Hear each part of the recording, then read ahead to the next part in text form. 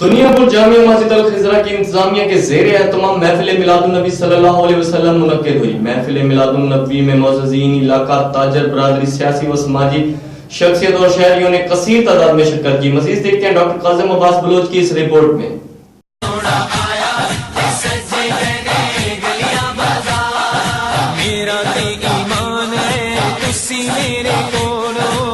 مسجد الخضرا Bhutto colony Dunyapur کے انتظامیہ کے زیر اہتمام اور محمد نذیر ہرجائی کی زیر صدارت محفل میلاد النبی صلی اللہ علیہ وآلہ وسلم منعقد ہوئی۔